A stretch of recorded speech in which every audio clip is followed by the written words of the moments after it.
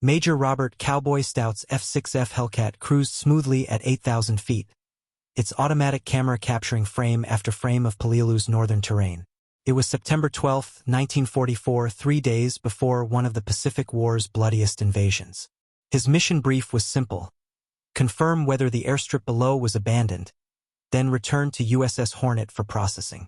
Intelligence officers insisted the Japanese had evacuated the site after previous bombardments. But when Stout glanced down through his canopy, his pulse spiked. The airfield wasn't empty. It was alive. Rows of Japanese aircraft filled the field: Mitsubishi fighters, Nakajima bombers, and maintenance crews working in frantic coordination. Aircraft sat wingtip to wingtip, loaded with fuel drums and ordnance. Mechanics scrambled between them like ants preparing for a storm. Stout instantly understood the gravity of what he was seeing.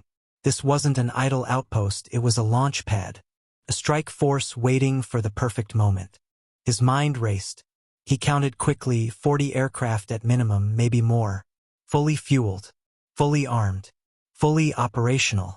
And he knew exactly whom they were waiting for. In 72 hours, 28,000 U.S. Marines would hit the shores of Paleolu. Transport ships, landing craft, and supply vessels were already en route. If these Japanese planes launched during the assault, the Marines would be massacred before reaching the beaches. Stout's training drilled one rule relentlessly into every reconnaissance pilot: observe, report, and never engage unless ordered. A recon pilot was an eye, not a weapon. His job was to relay information to command and let planners assemble a proper strike team. But Stout also understood something the rulebook didn't cover: time. Even if he flew back immediately, by the time his photos were developed, analyzed, and acted upon, those planes would already be dispersed or airborne. That delay would cost hundreds, maybe thousands, of American lives. Circling higher, he studied the field again. The Japanese, in their haste, had made a fatal oversight. The aircraft were clustered dangerously close, surrounded by exposed fuel drums.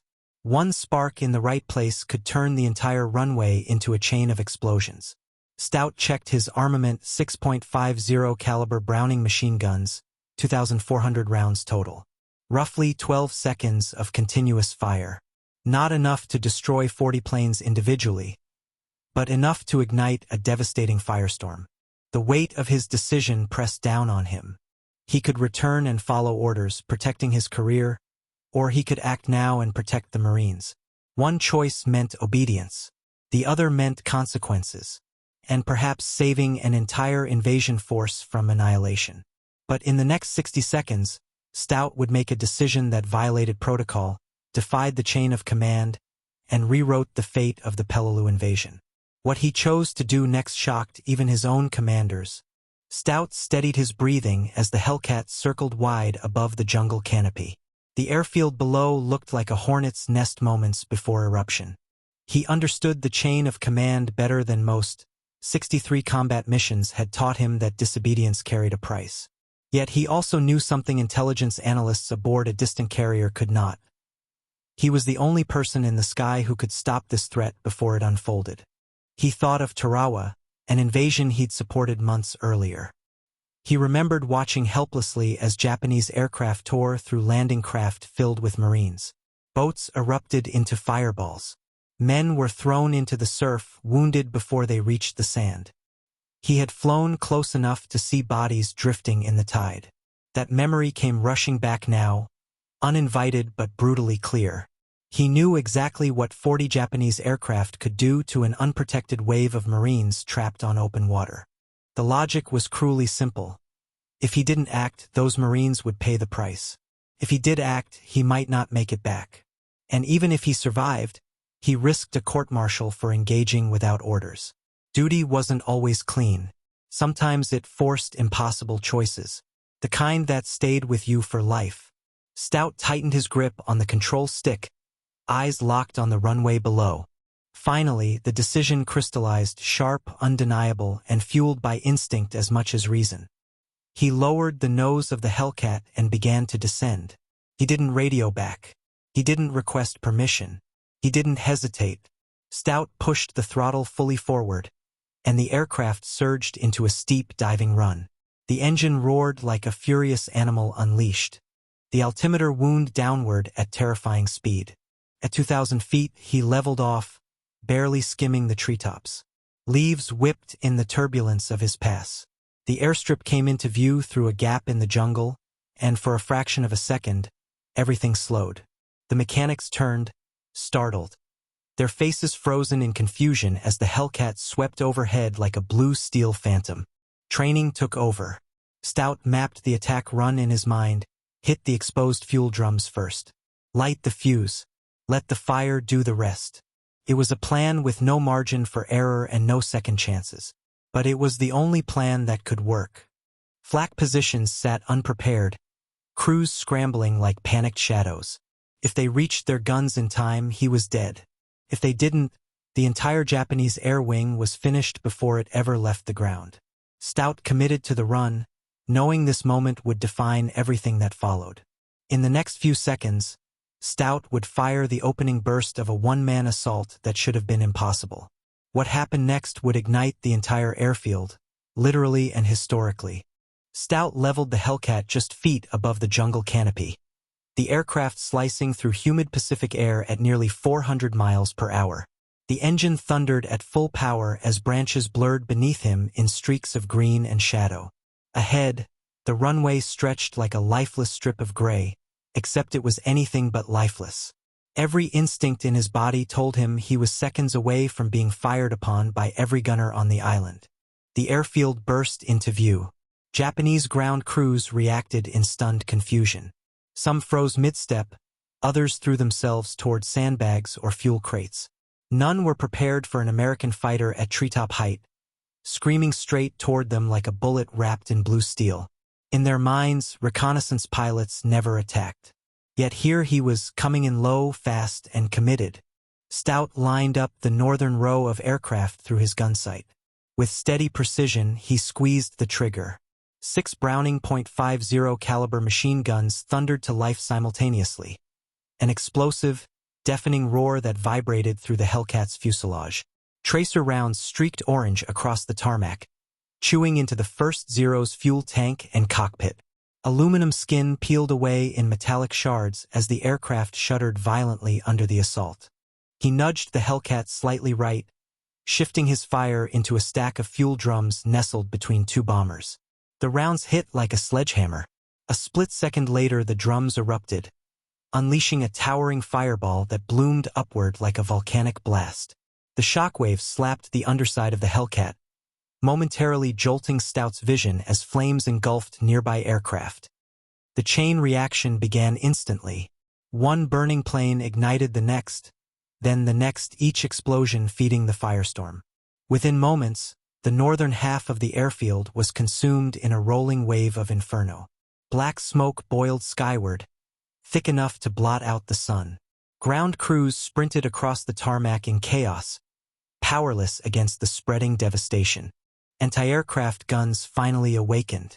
The first bursts of fire snapped through the air around him, streaking past his wings and canopy. Stout felt the Hellcat shudder as rounds punched into the tail assembly. Warning lights flickered, but he stayed on course, trusting the rugged Hellcat to survive hits that would doom a lesser aircraft. He pulled sharply upward, weaving left and right to spoil the gunner's aim. Behind him, the airfield was unrecognizable, half of it engulfed in flame, the other half staring death in the face. He had 6 seconds of ammunition left. Half his guns were smoking hot. The Japanese gunners were fully locked onto him. And Stout wasn't done yet. Stout had shattered the northern airfield, but 20 more Japanese aircraft still waited on the southern end. And turning back meant diving straight into a wall of anti-aircraft fire. Stout climbed hard, the Hellcat groaning under the strain as he pulled away from the inferno he'd unleashed. Alarms flickered angrily across his instrument panel, damage indicators glowing like red embers. Something in the tail assembly rattled, a clear sign that one of the 20mm rounds had punched through more than just skin. But the engine held steady, roaring with stubborn determination. Below him, the airfield burned like a volcano split open. For a brief moment, Stout allowed himself a look at the destruction he had caused. Nearly 20 Japanese planes were already engulfed, fighters and bombers alike swallowed by flame. But as the column of smoke drifted, he spotted something that froze him in place. The southern end of the field remained almost untouched. Another 2 full rows of bombers and fighters sat ready, wings gleaming in the sunlight, fuel trucks parked neatly beside them. He checked his ammunition counter. He had burned through half of his rounds in the first pass. Barely 6 seconds of total firing time remained, nowhere near enough to eliminate the remaining aircraft individually. And the anti-aircraft crews were no longer caught off guard. They were manned, ready, and tracking his every move. Turning back meant diving straight into the teeth of every gun the Japanese had on Paleolu. From the ground, gunners swung their barrels skyward, scanning the smoke for the blue silhouette of his Hellcat. They knew he would return. Stout knew it too. He had never flown away from a fight halfway through. Not when Marines' lives depended on him finishing the job. He rolled the Hellcat inverted and began the dive. The world flipped, sky below, flames above. Gravity sucked him downward as the aircraft howled back toward the airfield. He felt the pressure in his chest, the tightness in his jaw, the familiar sensation of his stomach climbing into his throat. Flak detonations blossomed around him, bright flashes against the soot-filled sky. At 300 miles per hour, he jinked left. At 350, he jinked right. Stout zigzagged so violently the Hellcat's frame groaned. But it was his only defense.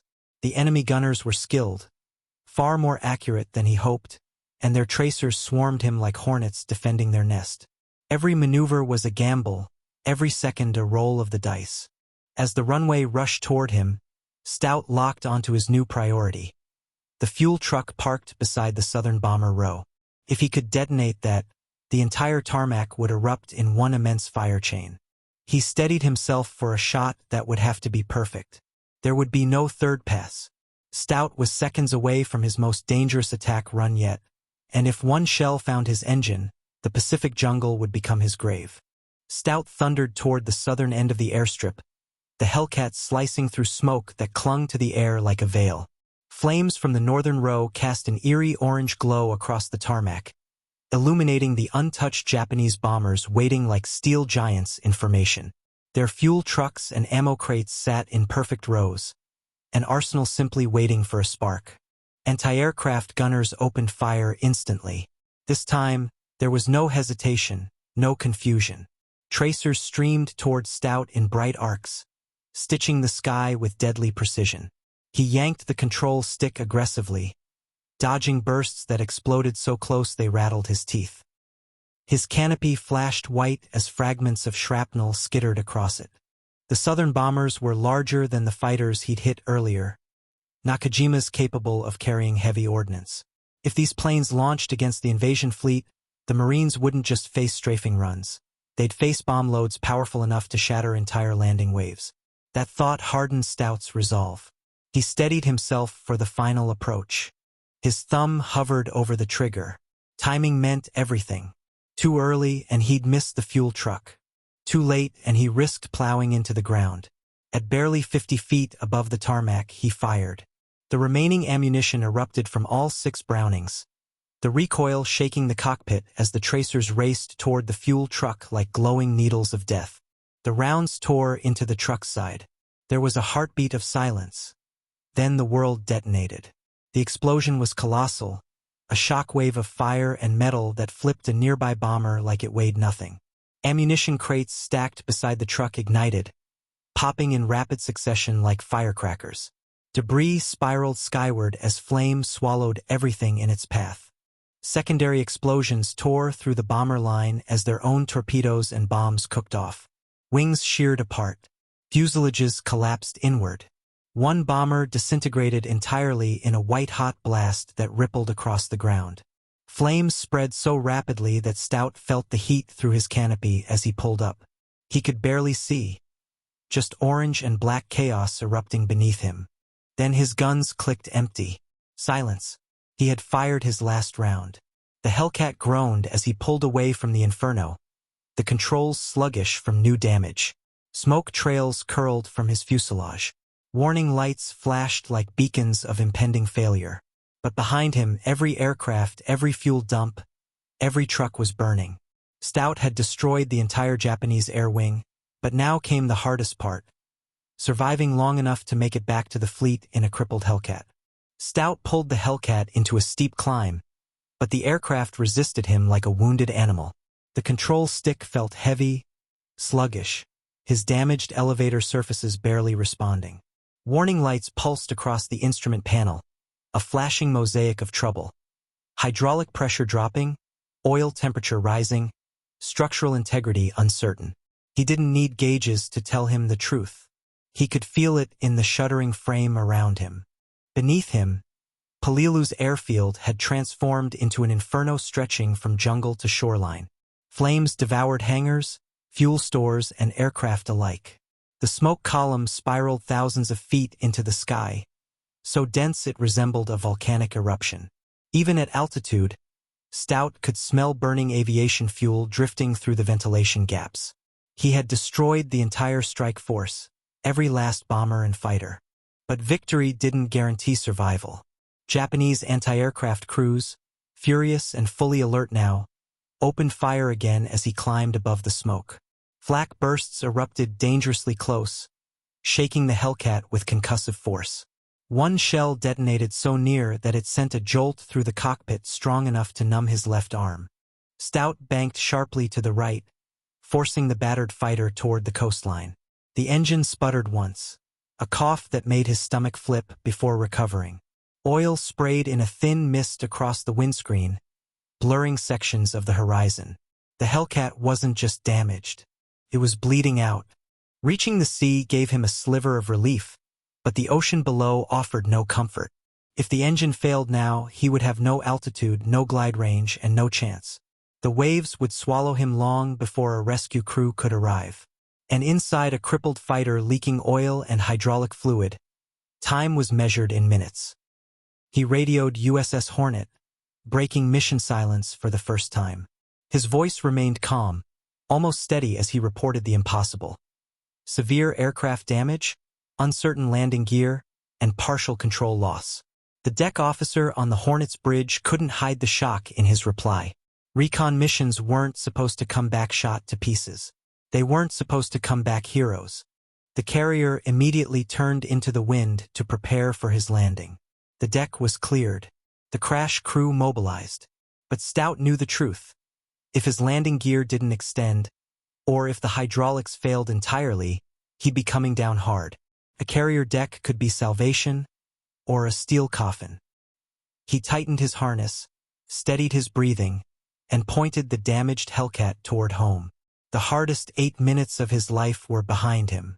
The most dangerous few minutes were directly ahead. Stout had survived the battle, but now came the landing attempt that would test every skill he'd ever learned. And he wasn't sure his Hellcat would survive the final mile. Stout approached USS Hornet with the uneasy feeling that the Hellcat was held together by stubbornness alone. The carrier's flight deck stretched ahead like a floating runway of steel, but even that familiar sight brought no comfort. His landing gear indicator flickered uncertainly. One light steady, the other dim and irregular. Partial extension. Maybe locked, maybe not. He lowered the gear again. A grinding metallic shriek echoed through the cockpit. The landing signal officer on deck squinted into his paddles, watching the crippled aircrafts approach. The Hellcat's tail was shredded, the fuselage peppered with holes. Smoke leaked from a panel along the belly. Even from a distance, the damage looked catastrophic.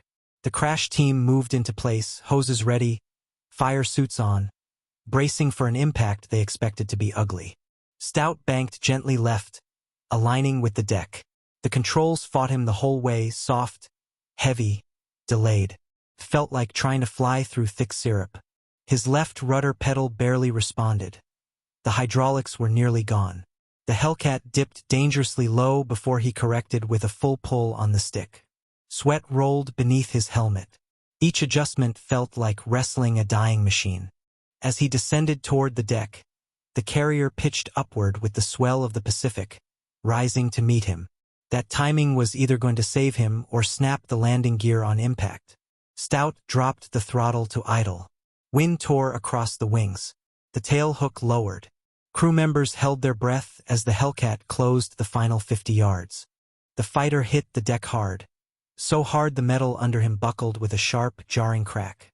One landing gear leg collapsed immediately, throwing sparks as it scraped across the deck.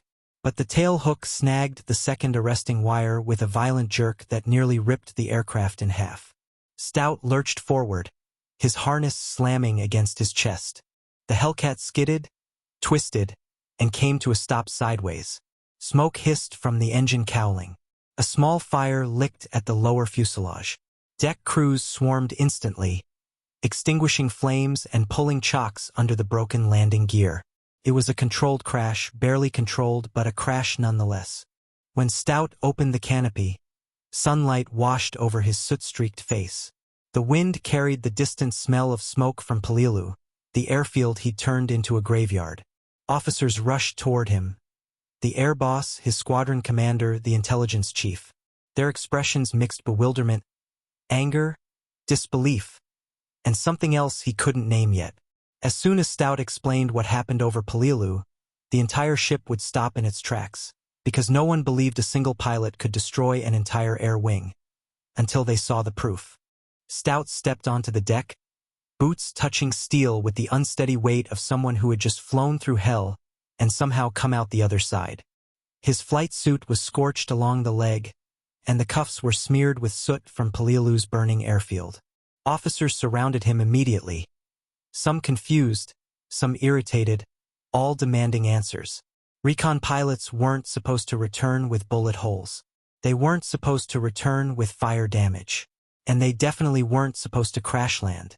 The air boss spoke first, voice sharp. Where did this damage come from? You were on a photo run, not an attack sortie. Before Stout could reply, his squadron commander stepped forward, jaw tight, eyes darting across the shredded tail and charred fuselage. You broke radio silence. You came in hot. What happened up there, Stout? The pilot, weary but steady, removed his helmet. The airfield wasn't abandoned, he said simply. For a moment, nobody spoke. A gust of ocean wind swept across the deck, carrying the distant sound of waves against the hull. The intelligence officer arrived last, not with anger, but with urgency. Say that again, he demanded. Stout repeated it. The airfield was full. Fighters, bombers, at least 40 aircraft, fully armed, fueled, ready to launch. Silence fell over the gathering. No one expected this. No one wanted to. Then came the part that made every jaw tighten. I destroyed them, Stout added. All of them.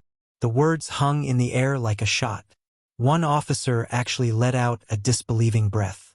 The air boss looked at the battered Hellcat again. Scorched paint, bullet holes, fuel streaks, and for the first time, the damage told a story that matched the claim. 40 aircraft? Someone muttered. One pilot. The intelligence team rushed Stout below deck for questioning. They needed details, numbers, aircraft types, fuel stores, defensive positions. Stout gave them everything calmly, concisely, as though describing a drill instead of the most daring solo strike of the Pacific War. Still skeptical, the officers dispatched the film crew to develop the automatic camera's photos. They also planned a follow-up reconnaissance sortie at dawn.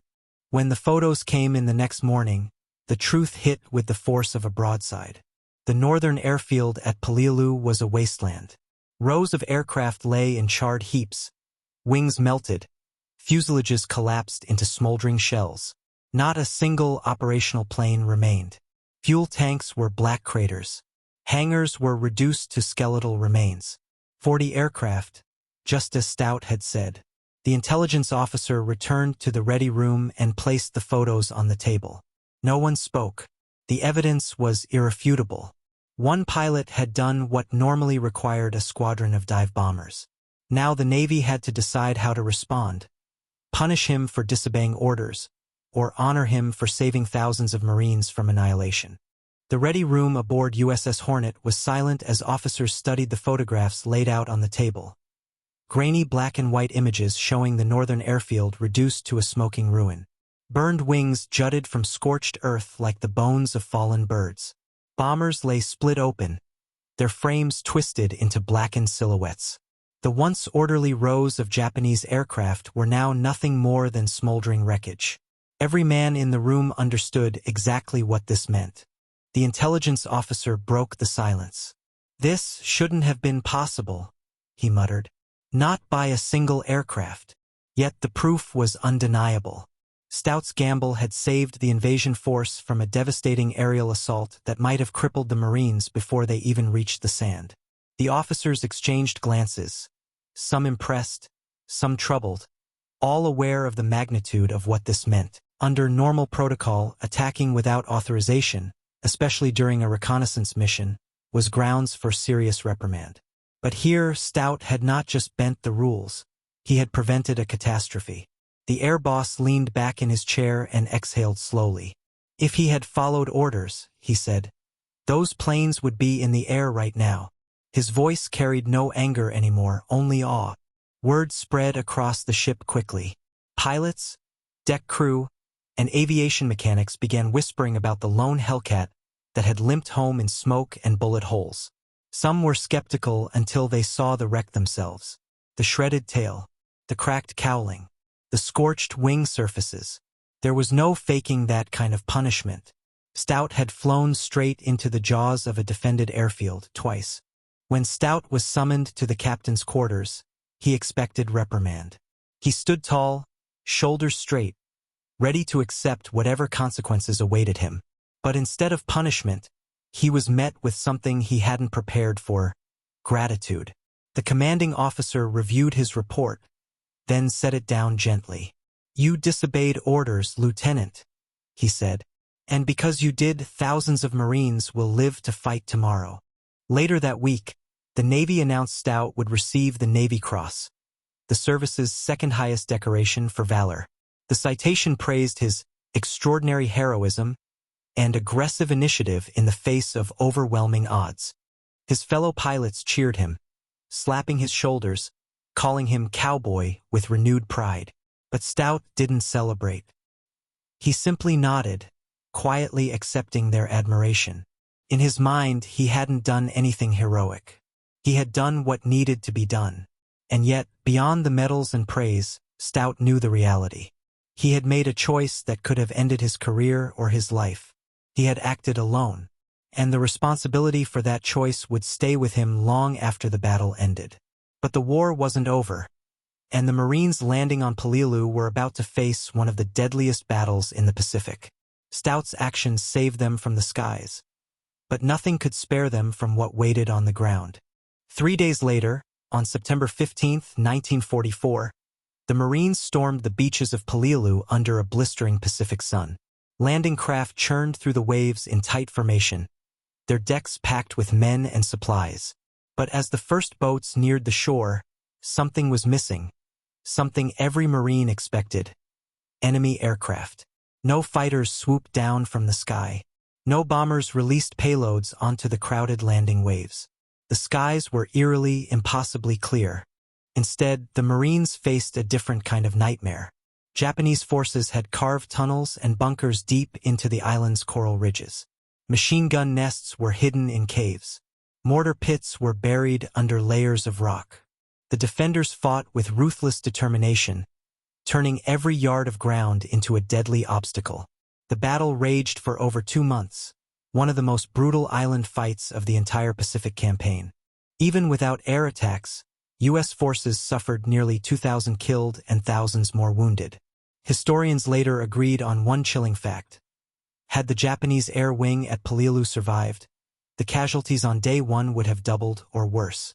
Landing craft would have been annihilated in the water, supply ships hammered, entire assault waves lost. Stout's 8 minutes over the airfield hadn't made the battle easy, but they had prevented it from becoming a catastrophe.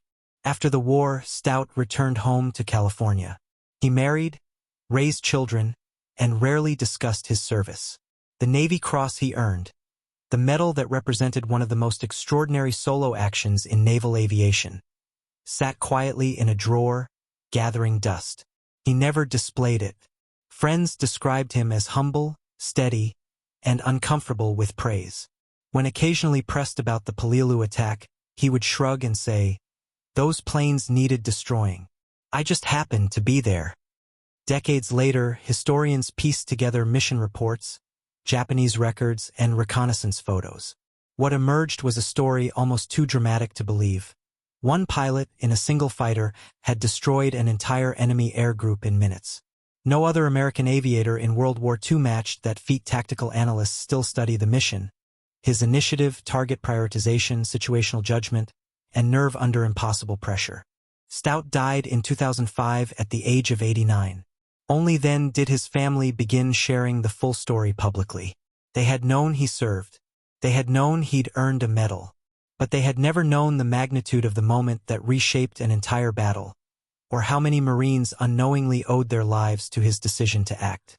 In the final analysis, Robert "Cowboy" Stout embodied a rare truth of warfare. Sometimes the greatest acts of heroism come from breaking the rules, not following them. When faced with a choice between obedience and necessity, he chose the mission over the manual, initiative over protocol, courage over caution, and because of one pilot's judgment in the sky above Paleolu, thousands made it home from a battle that could have ended in disaster. And that is the legacy of Cowboy Stout, proof that in war, a single moment of clarity in the hands of one brave soul can change the fate of thousands.